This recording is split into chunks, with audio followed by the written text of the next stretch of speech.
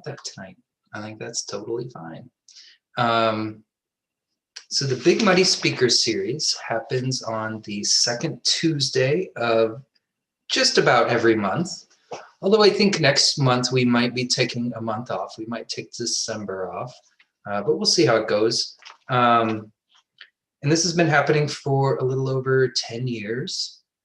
We have different presenters talk about different aspects of the Missouri River issues, history, culture,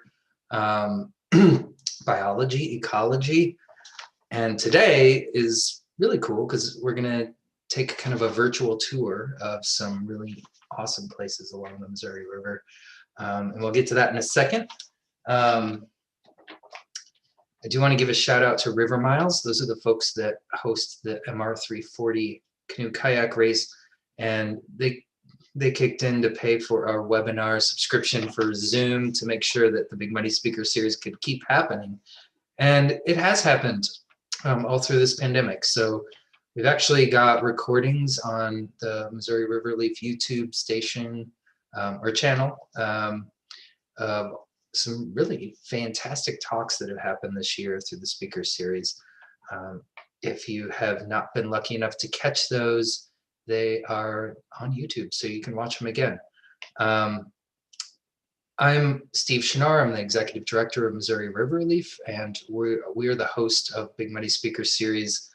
And just wanted to tell you a little bit about what we do. Our mission is connecting people to the Missouri River, preferably through direct action and experiences. And we do that through river cleanups, river education, and recreation. So all kinds of stuff. Obviously, this year's been a lot different. So if any of you guys were happened to tune in early, I was just running a slideshow of some of the stuff that we've been up to this year. And it was a lot, especially in the spring, just a lot of individuals out, doing cleanups in their neighborhood, their favorite stream.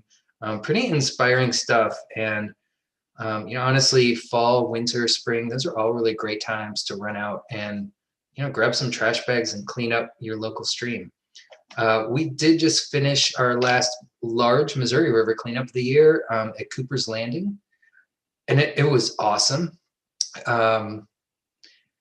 We had 99 volunteers that showed up over 3 days, and those folks removed 5 tons of trash. Actually, I think 5.5 tons of trash from the Missouri River in just 3 days. And a huge shout out to Bass Pro Shop, Columbia Rotary South, and Mid-Missouri Solid Waste Management District, who were our main sponsors for that event. Could not do it without that support. So right now we're entering the 3rd week of Watershed Expeditions from Home. So this is a program for students and families, really, to get together, do activities outdoors, explore their world, their neighborhood, their local streams, their watershed, and then get back together once a week with other kids to share what they learned and also do cool virtual field trips. It's an amazing program. And I'm sure we're going to continue doing that in some form or another next year. We're still kind of figuring out what next year looks like. And another exciting thing we should be launching pretty soon is a virtual river trip. And this is a film that local filmmaker Jim Karpowitz and Tom Newcomb put together, recording some of our staff out on the river, just showing some of the cool stuff on the Missouri River near us. So we're pretty excited. That's in partnership with Columbia Public Schools. So that should be coming out pretty soon. So look around for that. Now, the real reason you're here tonight is to learn about the cool natural areas along the Missouri River.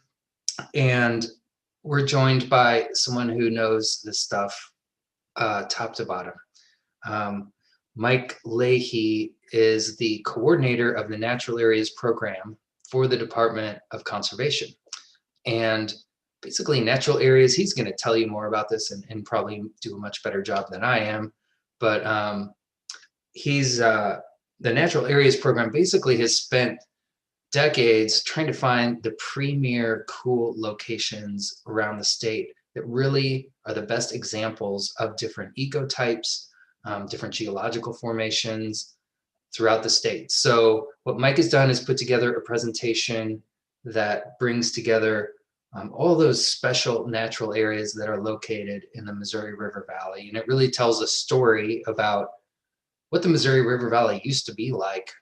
And also, what is there now, which you can go see, which is fantastic. So, and not your end. Oh, no worries. Yeah, so thanks for the introduction, and thanks to all folks joining tonight and the work of Missouri River Relief. And we're going to take, like Steve said, a virtual tour of some of these natural gems along the Big Muddy. And to get us started, we're going to try to do a poll. It's kind of a natural history poll, just to get folks thinking about the neat natural history of our state, and in particular along our great river corridor. And so we have this poll, and I'm going to relaunch the polling here. We'll see if folks can get this now. So we've got just a multiple choice question, and I think you're able to vote on your end for those. We'll see how this works. This is kind of experimental for Steve and I. So which of the following are true? And the first question is, Missouri is home to more native plants than Alaska. Missouri is in the top 10 states for native fish species diversity. Shannon County has the most documented caves. The Ozarks were glaciated.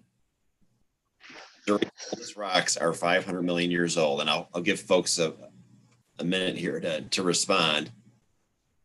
And yeah, go ahead and vote for your answers.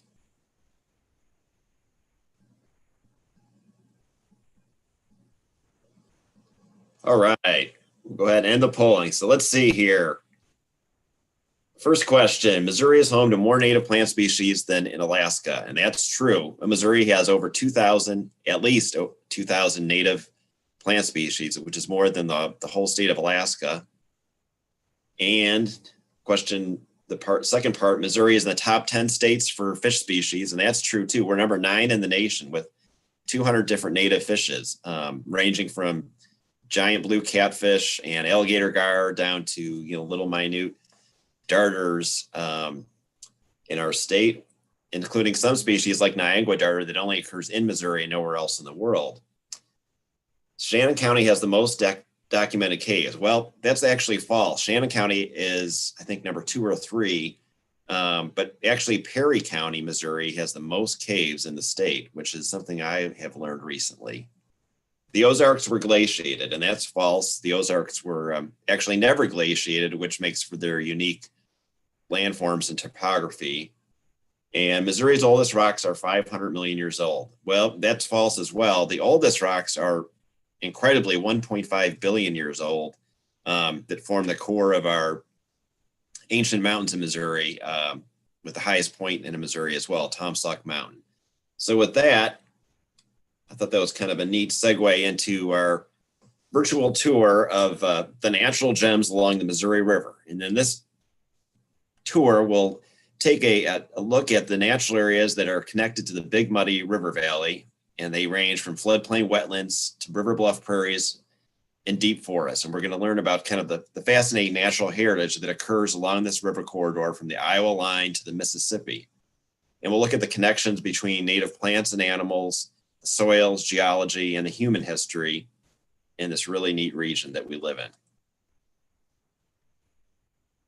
So starting off, the Missouri River is our continent's longest river, and it traverses a huge number of different ecosystems. Here in Missouri, that pattern holds as well, as the river cuts a really interesting course across the state from northwest to east. And as you see in this map with the relief of the state, you can see how it crosses through plains, as well as has a very entrenched valley in the lower Missouri River. And starting up in Iowa, then flowing down into the Ozarks, the river comes through the glaciated plains of North Missouri and then cuts into the Ozarks. And of course, those being two of our main ecological regions of the state, we have a great number of different species, and the river differs itself quite a bit, as well as its associated terrestrial communities from North Missouri down through the Ozarks of the lower Missouri.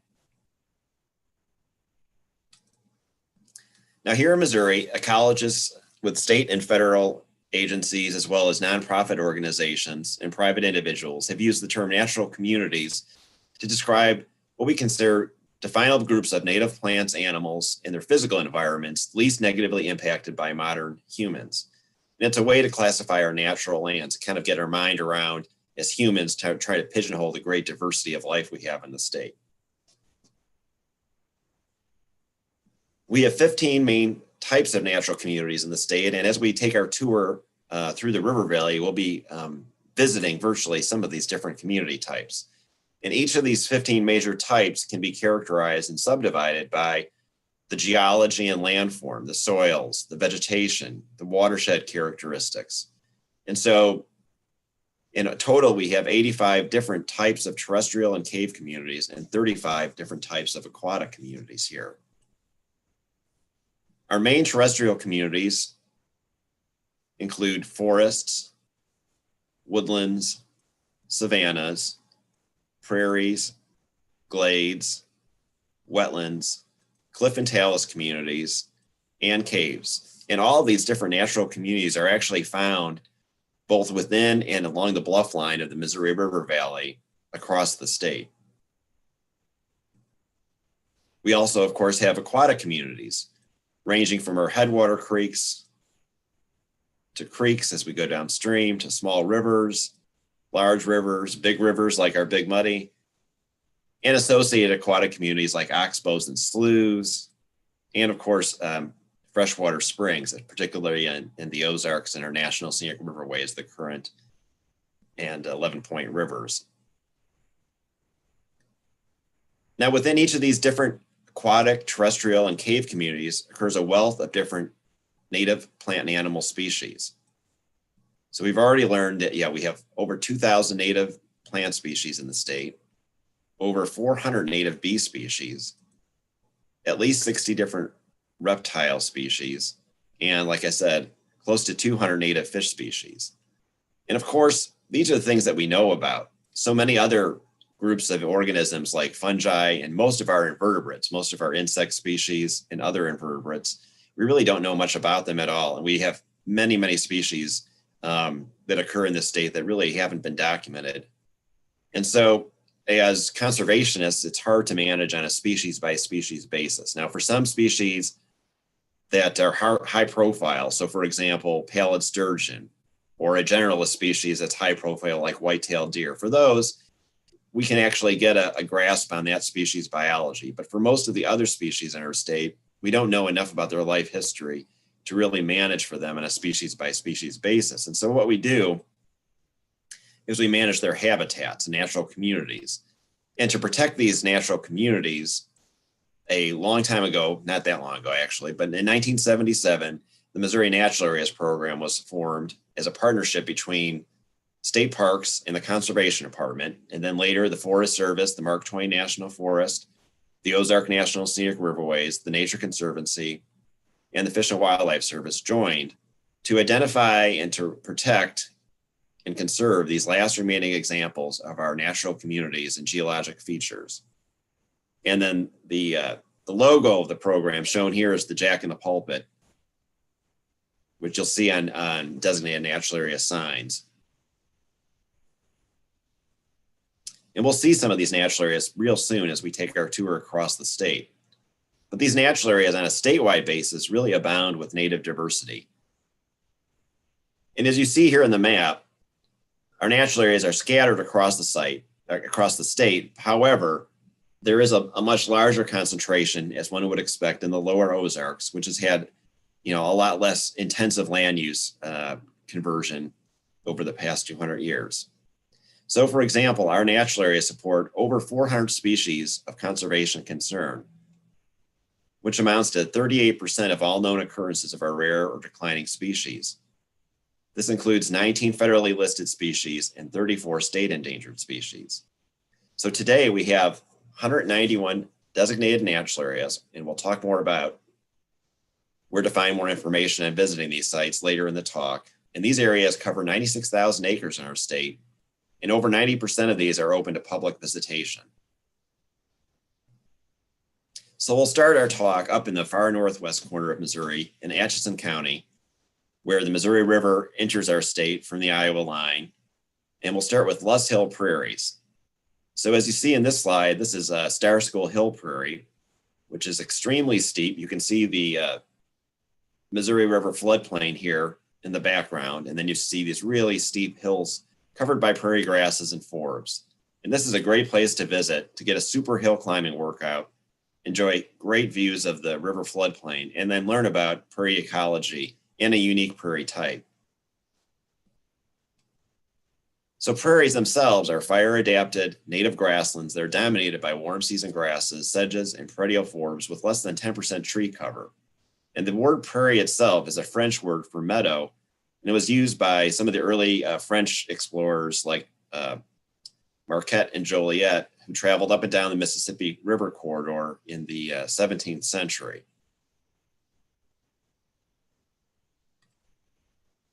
Now, the Luss Hill prairies are a specific and unique kind of prairie. They range from Vermilion, South Dakota, all the way down to Mound City, and they basically are primarily on the east side bluffs of the Missouri River Valley. And they're very intricately associated with the Missouri River itself.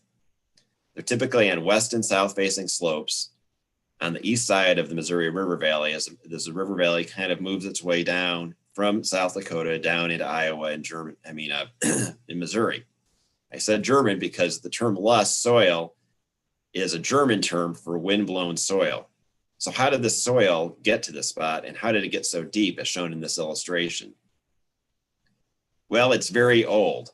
So over 100,000 years ago, the northern half of Missouri, shown here, lay under a glacial sheet of ice. And part of this ice sheet actually blocked the ancestral Missouri River Valley and created a huge glacial lake that started up in northern Missouri and then ran up into Iowa, in Nebraska, and even into South Dakota. When the ice finally melted as the climate changed and the lake drained, it left a vast plain of silts and fine sand. So think of sandbars and mud flats with all that sediment over hundreds and hundreds of thousands of acres. The climate then got dry and windy, and all that material was blown from the prevailing westerly winds eastward. And so we have a deposition of Luss right away, first on those bluffs along the Missouri River, and then Luss soils actually were blown all the way into the Ozarks.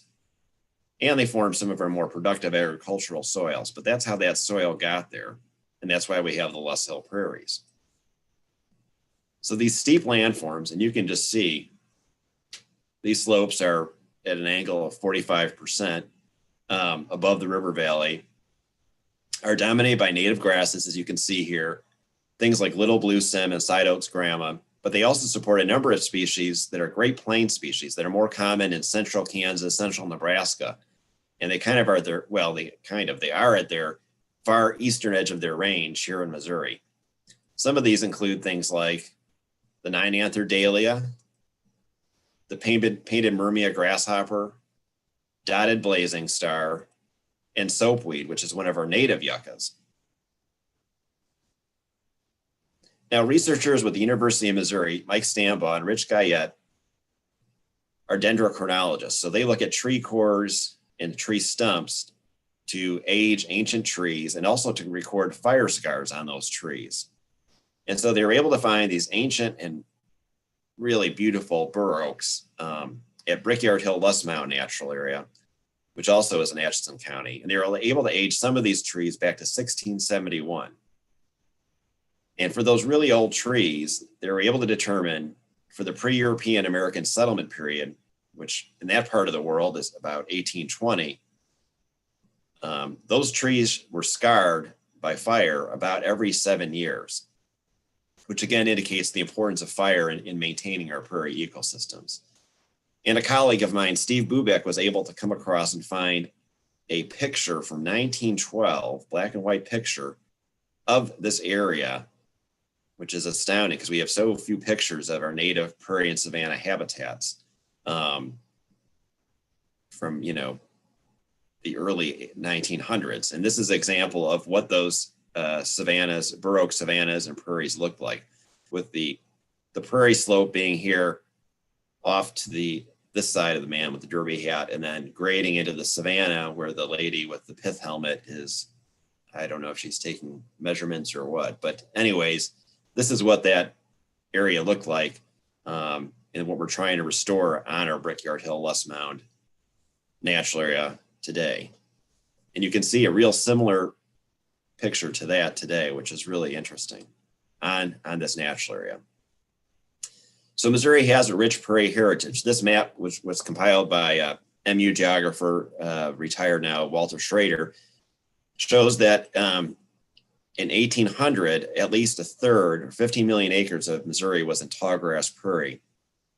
And we know from different botanical and geologic studies that 15,000 years ago, when Wisconsin and Michigan and the lake states were under a sheet of ice, that the climate and vegetation in Missouri was more of a spruce fir forest, more like a Canadian woods than what we have here today. But then around 6,000 years ago, we know that the climate got warmer and drier than it is today. And that warmer, drier climate, in conjunction with Native American burning and lightning burning, allow the eastern tallgrass prairie to spread from the Great Plains as far east as Ohio. And so with that, since that time period, in the last few thousand years, our climate has become more mild, more wet. And with our current climate for the last few thousand years, we support trees more than grass in the absence of fire. And so really it was the work of Native Americans utilizing fire for a variety of different cultural purposes that helped to sustain our tallgrass prairies up until European settlement. And then since then, of course, the use of prairies for hay as well as grazing protected them up until the more recent period when we've been able to reinstate fire on some of our prairies on both public and private lands. Now we'll move downriver to Platte County, north of Kansas City area, and we'll visit Little Bean Marsh Natural Area. So marshes are wetland communities that are dominated by plants like cattails and bulrushes and smartweeds and mallows and sedges that are able to tolerate saturated soils and flooded conditions for lots of the growing season. They're adapted to wetlands. The term for a wetland adapted plant is a hydrophyte. And so in the Missouri River floodplain, our marshes were common in areas that were sloughs and old oxbow lakes. Unfortunately, few marshes remain, such as Little Bean Marsh, because of agricultural and industrial development. However, historically, the seasonal flooding provided by both the Missouri River as well as the feeder streams from the uplands into the floodplain, as well as groundwater from the floodplain itself, helped to sustain these marshes. And these marshes are really important for birds that today are considered rare and declining. And these include things like the least bittern, which is exquisitely designed or adapted, I should say, with its body form and its feather coloration to be a very well camouflaged in a cattail or a reed marsh. Other birds include the Sora rail, and these birds both use our marshes for breeding and nesting as well as migration. And they're extremely important for these as well as other rails and bittern species. And our marshes provide habitat just for a wide variety of wildlife. This includes waterfowl such as mallards and a wide variety of other duck species, migrating shorebirds such as the solitary sandpiper here, which migrates through Missouri. Most of its breeding population is north of us, but it also spends its winters in the Gulf states as well as far south as Nicaragua and Central American countries. So it's one of those long distance migrant birds. Also wading birds like the great blue heron, muskrats, and just a wide diversity of amphibians, things like the southern leopard frog, the boreal chorus frog, and others.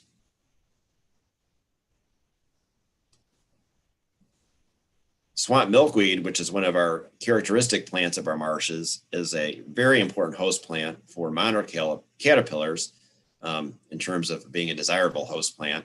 And it's also the one of the sole food sources for the swamp milkweed leaf beetle, which feeds 90% of its diet on swamp milkweed, which just shows some of the intricate relationships between, in this case in particular, insects and plant species. There's a very often a lot of coevolution occurring within our insect and our plant species, which is really fascinating.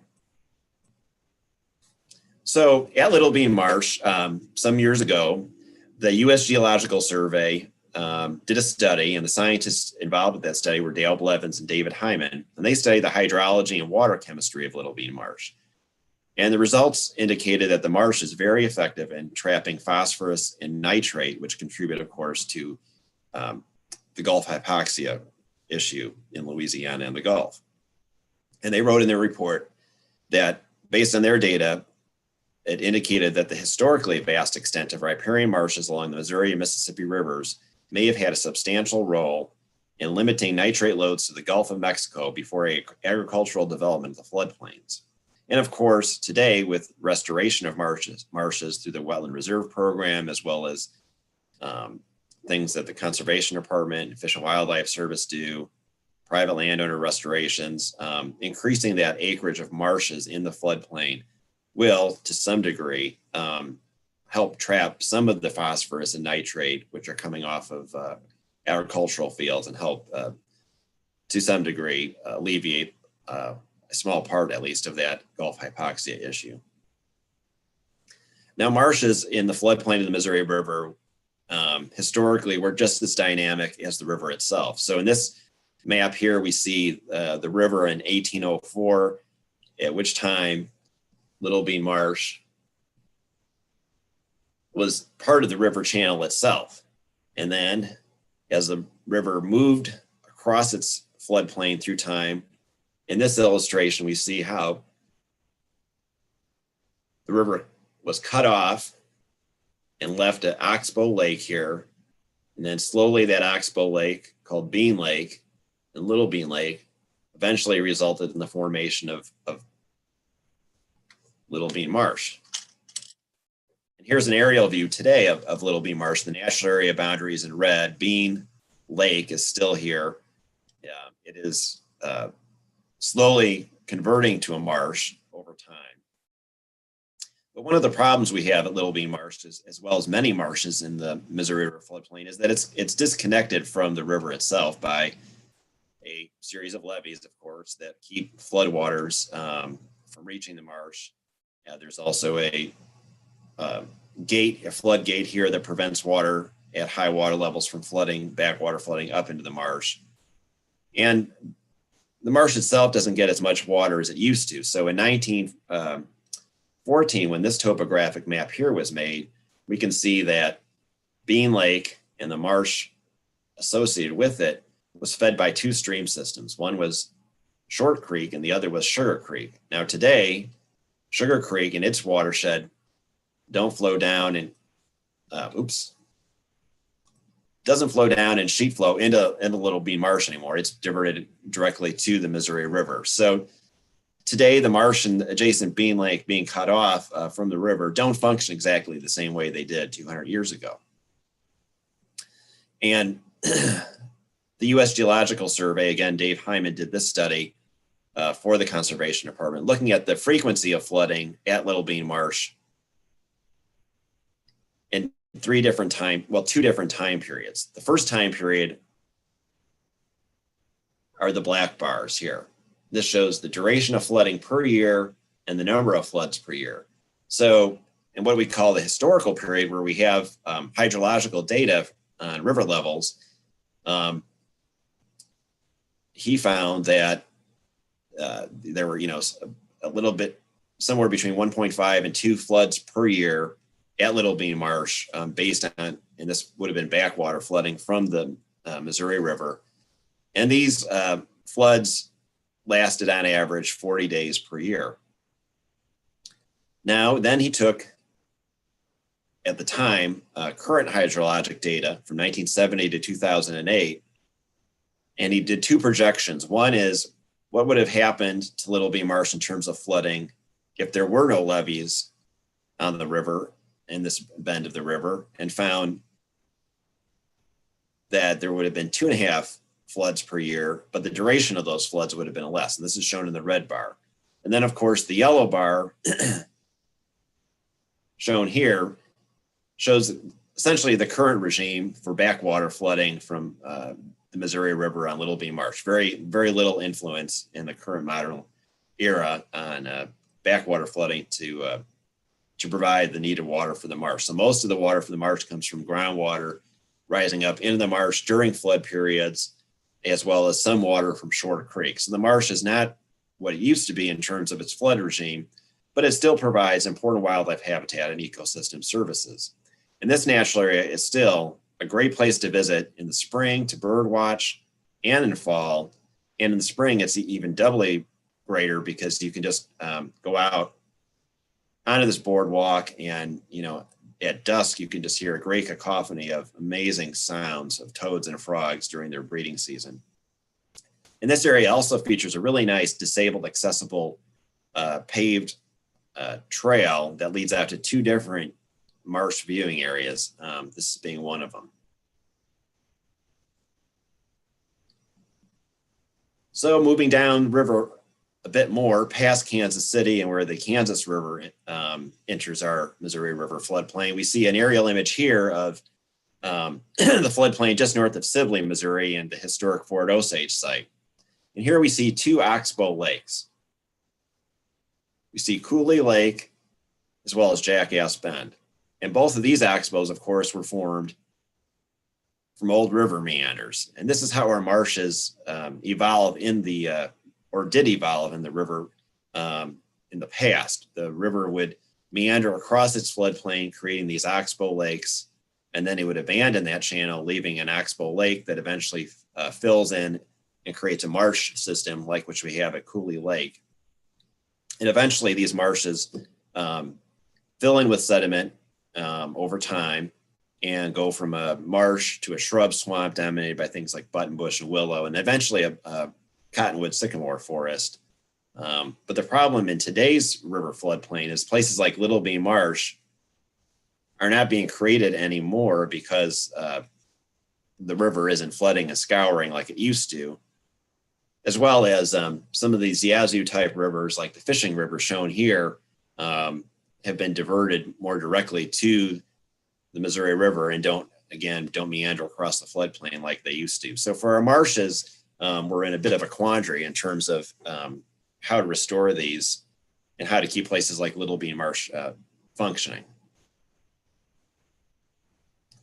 This shows again the river oxbow lakes where our marshes develop. And the soils show a record, of course, if you look at the soil maps for the river floodplain, they show a record of the river's meandering and the formation and abandonment of oxbow lakes. And so this block diagram shows the different soils and where you would expect to find different natural communities. So the sandy alluvium that's formed in a river floodplain is typically on your natural levee and terraces. So that would include areas like this. And these are more loamy and sandy soils. And these areas historically were dominated by riverfront forests of cottonwood and sycamore.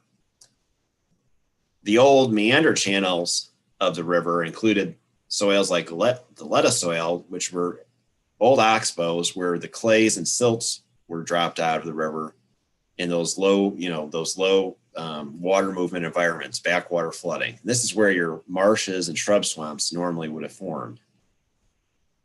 And then on the higher terraces, back farther up, such as over here, you would find bottomland hardwoods dominated by things like bur oak, shellbark, hickory. So the soils really record a story of where the different natural communities occurred. And we use this information too when we restore different community types. So if we're going to restore a wetland community that's going to be a marsh based on soils, we're not going to want to try to do it on a Haney or a Sarpy soil.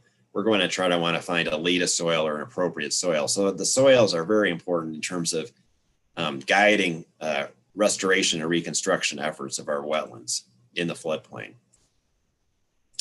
So moving a bit farther downstream, now we're coming to Van Meter State Park. And as you can see here, the river floodplain gets extremely wide in the area vicinity of Grand Pass and Van Meter State Park. And here at Van Meter State Park, we have the Missouri Natural Area, which features both upland and bottomland forests, as well as a very significant marsh, which we see in the slide here.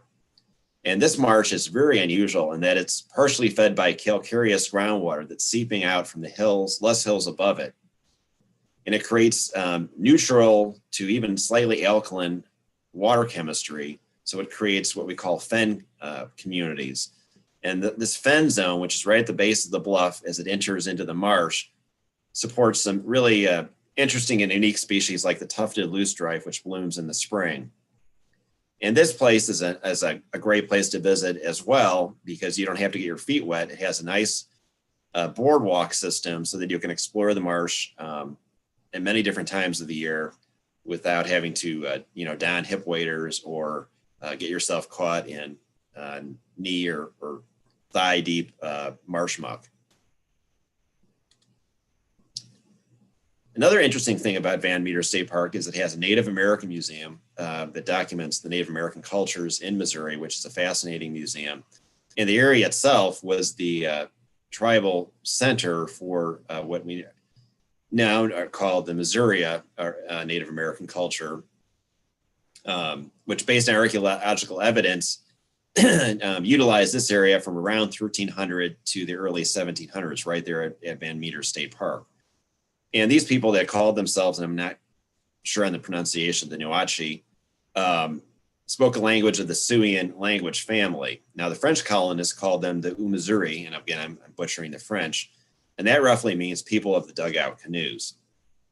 And of course, these people would have been instrumental in both utilizing and shaping the prairie and marsh natural communities around them through their use of fire, as well as crop production and hunting. Unfortunately, European diseases devastated this tribe, and after warfare with other tribes in the area, the decimated Missouri dispersed to become members of other tribes, such as the Osage. However, the namesake of our river and our state are derived from this culture. And so it's important that we remember and recognize this, and these people are still here in our country today. So as we move downstream from Van Meter State Park and get to Glasgow, Missouri, the river makes this great bend and it enters the Ozarks. And so there it starts to cut down through dolomitic limestone, and the river valley changes dramatically from a very wide river valley, several miles across, to one, in some places less than a mile across, constrained by the geology, essentially. The bedrock geology to the west of Glasgow is sandstone and shale covered by glacial deposits. And so it's much easier for the river to cut through that, but then it hits the Ozark uplift, and that constrains the river valley because it has to go through the force of the water is just not enough to really erode the very strong rock of the Ozarks. The map on the right here is a historic reconstruction of the vegetation in this bend of the river in about 1800. And the green colors are areas that would have been wooded in 1800, and the grays are areas that would have been prairie. And the interesting thing about this map is that, especially if you zoomed out, you would find that there were expansive prairies in Cooper and Saline County, as well as Morgan and Montauk County on the western parts of these counties. And of course, in Saline County, the prairie extended almost all the way to the river floodplain. But on the other side of the river, we find a lot more forested communities, especially in Howard County. And it's thought that the river basically provided a fire break so that prairie fires from the west were slowed down once they hit the river and the dissected topography. And so that, in the absence of the river, Howard County would have likely have been dominated by prairie vegetation historically rather than forest.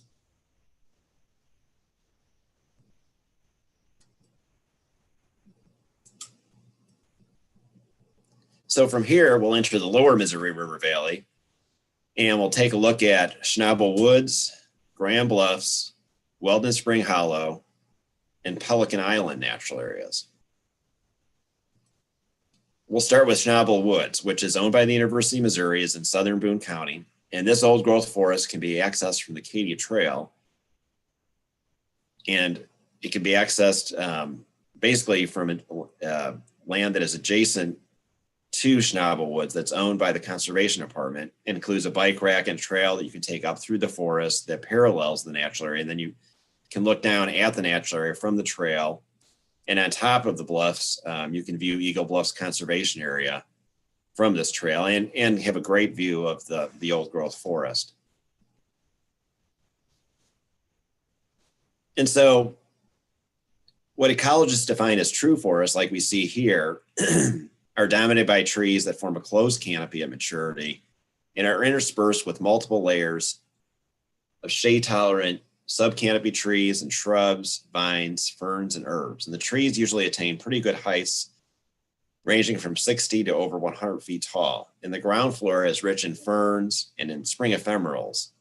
And these forests occur in fire-protected landscape positions. So these are on lower slopes, usually adjacent to larger rivers on the east side, north and east facing slopes, areas that retain moisture and don't dry out very quickly. And so these forests are usually dominated by things like white and northern red oak, hickories, maples, and ash. And the understory is usually supports things like dogwood, pawpaw, and spice bush. Now, this type of forest is actually, on a statewide basis, not that common. A lot of our forests are more dry and rocky. And these are what technically we call woodland natural communities. And these form a lot of the what make up the wooded areas of the Ozarks. These are dry, rocky soils on dry, rocky ridgetops or southwest slopes. And they're usually dominated by things like chinkapin oak, black oak, and post oak, and sometimes shortleaf pine. And these communities, in contrast to our true forests, are fire-adapted communities. And as you see in this picture from Hahatonka State Park, when restored with prescribed fire and thinning, they support almost a prairie-like understory. And in this picture, you can also see these, short, stunted, less than 60 feet tall post oaks. So a lot of our forested communities in the Ozarks, especially on droughty soils, are what we would technically call woodlands, or more have a lot in common with prairies and savannas because of our area in Missouri that we're kind of in this transition zone between the prairies of the West and the eastern deciduous forest. So moving downriver, near Herman on the north side of the river lies Grand Bluffs Natural Area.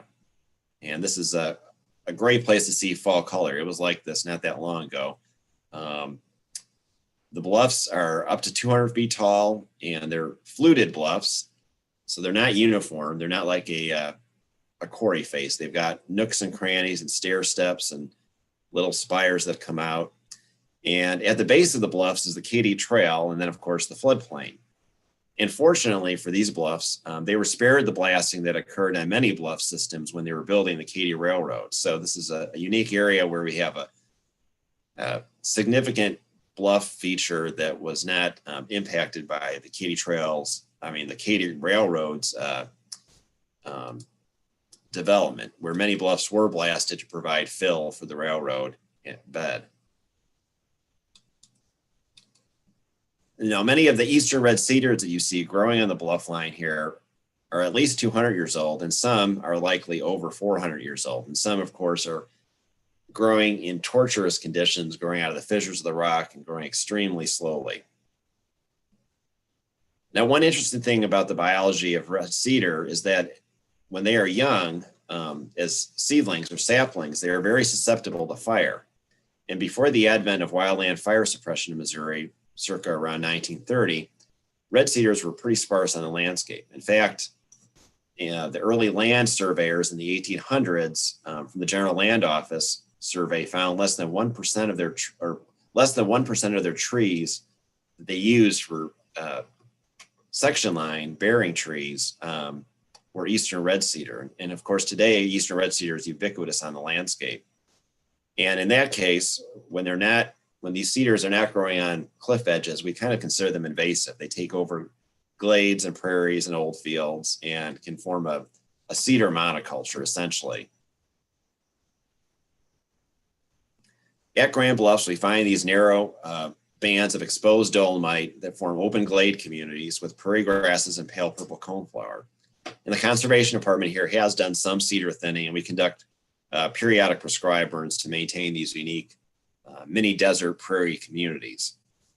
Also interesting, being as it is north of the Missouri River, it's one of the few places, among a few others, in the Missouri River Hills north of the river, where we find desert-like species, including the striped bark scorpion and even the tarantula. There's a few areas north of the Missouri River where the tarantula actually occurs, and this is one of them. Grand Bluffs is a great place to visit. There's a hiking trail that provides a great workout. It's about a 2-mile hike to the top. And once on top, there's a nice little overlook where you can see some of these glades, as well as get this great view both down and upstream of the Missouri River Valley there in the Herman area. And then, of course, below the trail is the Katy Trail. So you can combine a hiking visit with a biking visit as well.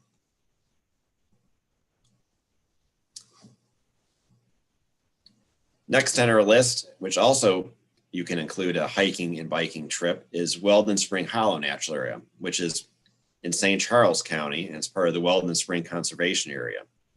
This natural area features steep hills and bluffs and dissected terrain with loess soil, remembering the loess soil, which is much thinner here than on those loess hill prairies. However, it does provide good growing conditions for century-old and large girth northern red oaks, bitternut hickories, and maples. Pawpaw and spicebush are abundant in the understory. And this is a great place for birding in the spring, especially. It's a great migratory bird spot. And it also includes a number of warblers that both migrate through and nest here in the spring. And this includes things like Kentucky warbler, the American redstart, and Louisiana water thrush. Interesting thing about conserving these species is that we have to provide high quality forest habitat in large enough blocks here in Missouri for these birds to breed.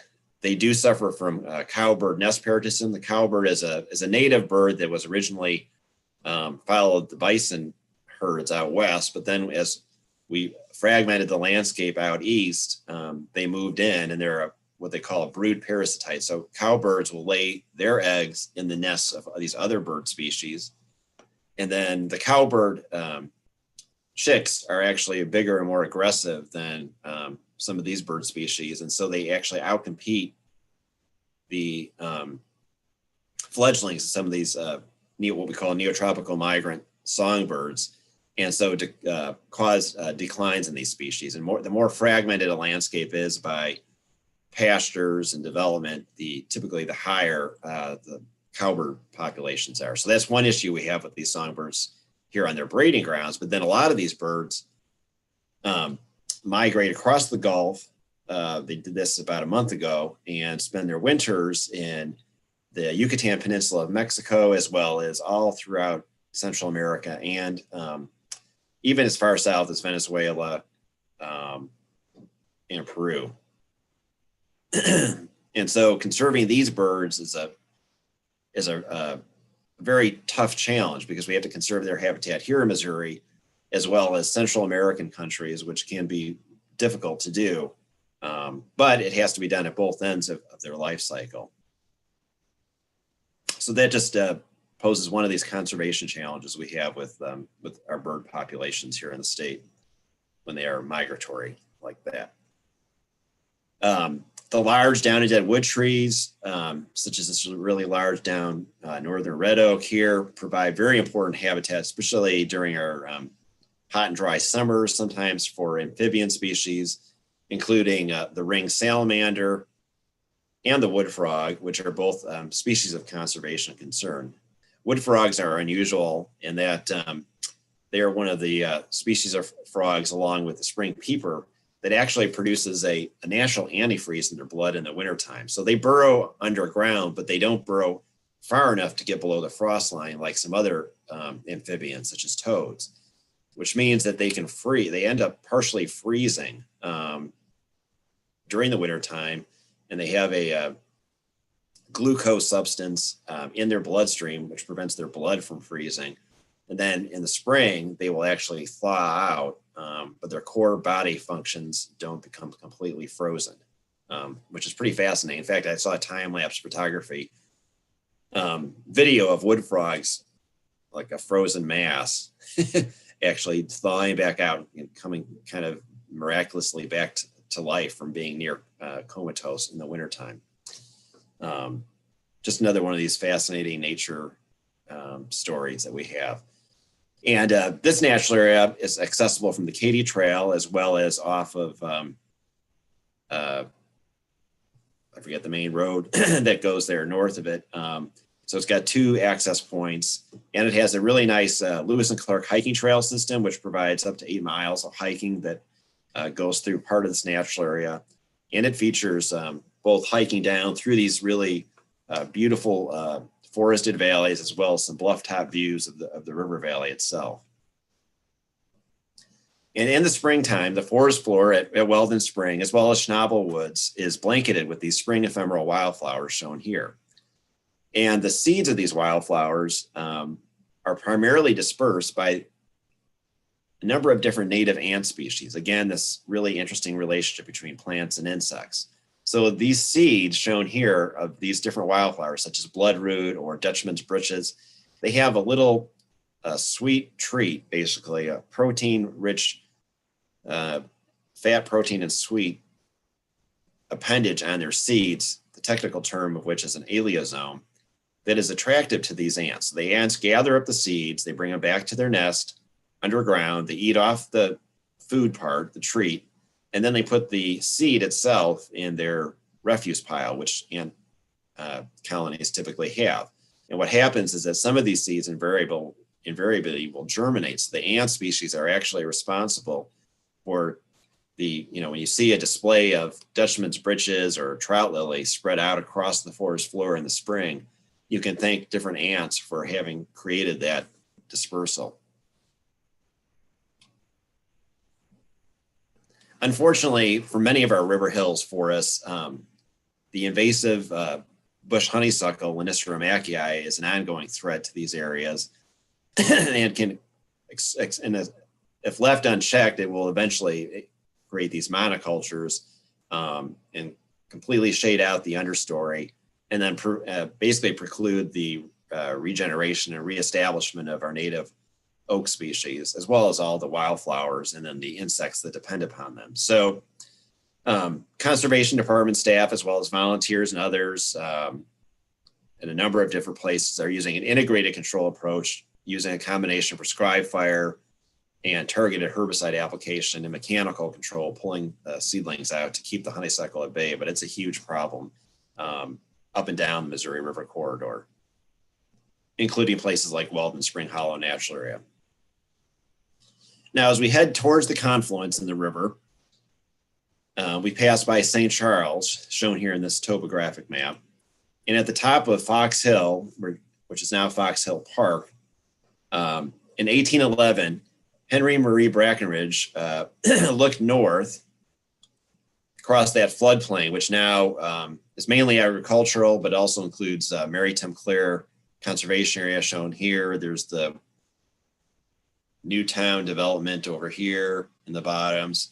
But in 1811, he described this as such: "We behold the ocean or prairie with inlets in it, with islets at intervals, the whole extent perfectly level, covered with long waving grass, and at every moment changing color from the shadows cast by the passing clouds. 100,000 acres of the finest land are under the eye at once." And it's kind of hard to fathom such a scene now, in that same location. But it's another reminder of the prairie legacy in our state and of how the floodplain has changed through time. And a reminder, too, that the Missouri River floodplain was not all bottomland forest. It was a mix of different natural communities, including prairies and marshes and swamps. It was very much a mosaic of these different community types. So now we arrive at Pelican Island National Area, just 10 miles upstream from the confluence with the Mississippi. And Pelican Island is one of the few large non-accreted islands in the river, the Missouri River in Missouri, to have persisted in some form. And we know that Pelican Island was at one time a series of 3 islands that date back to 1878. And those islands today have merged, but they were all in about the same place as where the current Pelican Island is since the late 1800s. Today, Pelican Island is about 3.5 miles long at its longest and about a mile wide at its widest. And a map from 1958, aerial photo that we were able to find, shows that about half the island was forested then, and then the other half has grown back into riverfront forest since then. So it has supported original forest since the 50s. And the forests here are typical of many of the mature riverfront forests that folks who know the river valley are familiar with tall sycamores, silver maple, and cottonwood, with scattered hackberries, and soon to be declining, unfortunately, green ash, which is starting to decline because of the emerald ash borer, a non-native insect species. We have a variety of native grapes and poison ivy, which are abundant, as is, of course, the non-native invasive Japanese hops vine. These forested islands provide really good habitat, though, just like was mentioned earlier at Weldon Spring, for migrating songbirds, and of course, resident birds such as the pileated woodpecker and the red-headed woodpecker, which use this area all year round. And this natural area is kind of an adventure to get to. It can be accessed by boat, even just a kayak, because it's just a narrow channel between the mainland and the island from Sioux Passage, St. Louis County Park. And sometimes during very, very dry periods, there's actually a muddy way to get across that slough onto the island, but typically a boat is needed to access Pelican Island National Area. Now, unfortunately, today we must often actively restore and manage our natural areas, which may seem illogical at first, since after all, these are supposed to be natural areas, and you would think we can just let them be and they'll take care of themselves, which in some cases is the case. But because of the transformation and fragmentation of our landscape from agriculture and development, the ecological processes of fire and flooding, large carnivores and large herbivores no longer operate in the ways that they did 200 years ago. And at the same time, as we've disrupted these key ecological processes, non-native invasive species that don't have the checks and balances on them that they did in their native habitats have become increasingly prevalent in our landscape.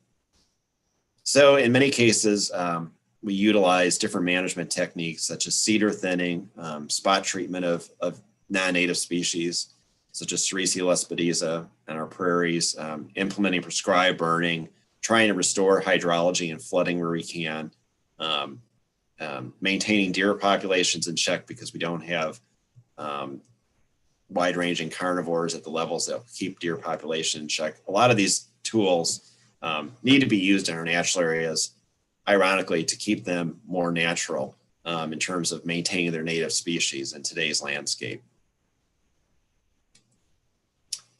So finally, we arrive at the confluence of the Missouri where it joins the Mississippi. And of course, downstream, there are many different natural areas on the Mississippi Valley corridor, both on the Missouri side and the Illinois side.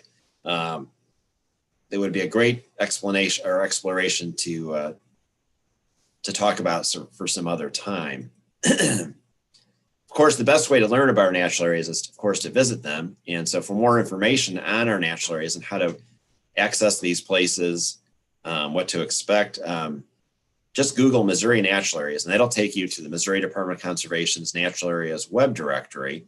And from there, there's a Google map of Missouri with locations. You can check on those, or you can search by county. And then you can click on different natural areas like Pawnee Prairie shown here. And it'll give you information on what to expect to see, what are the highlights of the area. You can download a topographic map. It'll have information on how to access the site, whether it's open to hunting or fishing or not, what public uses are available. In addition, you could also purchase for $11 the Discover Missouri Natural Areas Guidebook that we put out. You can buy these at Conservation Department offices, nature centers, as well as our online nature shop. And it's another thing that you can bring with you in your vehicle and kind of explore some of the best areas. And we're going to be reprinting and revising it. And the new edition will hopefully come out in summer of 2021 for this publication. Of course, many great photographers helped me with this presentation that I used their photos from. And with that, let's see here. I think we'll switch to the questions.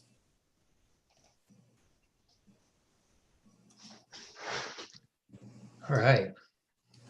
Well, Mike, at this point, there's, I think, just a few questions. Not actually seeing the chat right now, so I'll keep looking for that. But super duper great questions. Mark Fingerhut was wondering, prior to agriculture, what were the main sources of phosphorus and nitrate? Yeah, that's a good question. They would have been really limited. I'm trying to think any papers that I've read that put a number to that. One of the sources would have been when you do burn native vegetation, you do release some nitrogen and phosphorus into the atmosphere and in the actual the ash itself, and so that would have run off and created some nitrogen and phosphorus itself from burning both lightning fires and Native American set fires. And then just the decay of native vegetation too. And then, there were larger herds of elk and buffalo, not the same scale as we have cattle on the landscape and other livestock today, but that, their dung would have, there would have been runoff of nitrogen and phosphorus from them. But, it would have been on orders of magnitude smaller than today's industrial agriculture. And Little Bean Marsh does dry up. In 2012 was the last time it actually dried up, when we had that very severe drought, and it has in the past. And actually, that's kind of a natural cycle for the marsh. When it dries up, that drying action in the soil allows for certain plant species to move in. Now, during a prolonged drought period, if you were to have a drought of many years, what would happen to Little Bean Marsh is eventually it would succeed to willows and cottonwood trees, because we did notice in 2012 a huge flush of cottonwood seedlings and willows. And you think about like blue holes along the river that kind of ebb and flow. You'll see a ring of tree seedlings around the edges of those where they've drawn down. And same thing for Little Bean Marsh. Great. So there's a few more questions. Jillian was wondering, would you say that prescribed burns are better than spot treating invasive species? Or are they incomparable? Is one better for certain species? It depends. I mean, in general, for these systems like prairies and savannas and woodlands, the prescribed burning is preferred. Unfortunately, for some species, in particular, Sericea lespedeza, it's just as fire tolerant as our native species. So we often have to do both, do prescribed burning and then do spot treatment with herbicides. But, fire is a preferred approach for our, it's kind of like the first line of processes that we'd want to use to restore an area. Yeah, so Dave Galat was wondering what it would take in land acquisition and water management to like reconnect Little Bean Marsh or Cooley Lake or some of those oxbow lakes to reconnect them to the Missouri River. And is that even possible in today's environment in any of these places? Yeah, I would love that. In fact, I mean, about 10 years ago, we were working with the U.S. Geologic Survey. We did some preliminary analyses of just the science behind reconnecting Little Bean Marsh to either the Missouri River floodplain or the Missouri River, I should say, and or Sugar Creek. And so we've got some baseline information there. But yeah, right now it would take quite a bit of land acquisition and infrastructure development to do it. However, both at Cooley and Little Bean Marsh, I mean, both of those are, we have management plans and restoration plans to at least think about doing that. But yeah, it won't happen anytime soon, unfortunately. Right. Jack is wondering if there's any new natural areas in the works. Yeah, well, our most recent designation was a natural area. Well, yeah, yes and no. New natural areas, natural areas are they're being acquired or restored. So we have new natural area, ironically, of all places, at St. Joe State Park, which is more well known for its lead mining history and ORV use. But interestingly enough, the southwestern corner of St. Joe, there's about 2,000 acres of that 8,000 acre park that has been restored with thinning and fire for the last 30 years off the bike trail there. That is just an outstanding collection of neat shortleaf pine and post oak woodlands. So that's the latest one. And it's pretty easy to get to it because the bike trail runs along the edge of the whole natural area. In addition, we are also the conservation department. This is exciting. Basically, what was it? 4 years ago, purchased a new addition to Rocky Creek Conservation Area in Shannon County. And this will include, that purchase at that time includes the watershed of Allen Branch, which feeds into the Jacks Fork River. And so we got Allen Branch Cave, which is both a cave and a cave spring. And then this really neat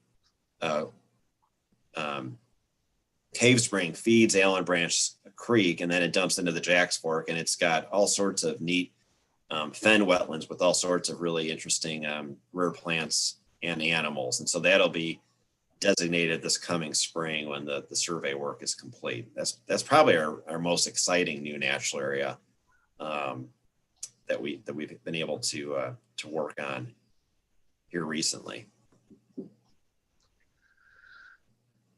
Oh, awesome, Mike. I think that's all the questions that I've seen in the chat and the Q&A. Another one just popped up actually. Steve was wondering, with increased development and population and the spread of invasives, what is your prognosis for maintaining the Missouri Natural Areas program into the future? So it really depends on community type and the place you are in the state. So, if you're a natural area such as Siegel Mountain Natural Area down in the lower Ozarks, it's going to have a higher chance of maintaining its ecological integrity, over the next 100 years versus, say, a Little Bean Marsh, which is probably more threatened because of its, surrounding by, row crop agriculture and or development. So it depends on the natural areas itself. Some are going to be more viable into the long run future, and others are going to be less viable or will take a lot of energy, human energy to maintain.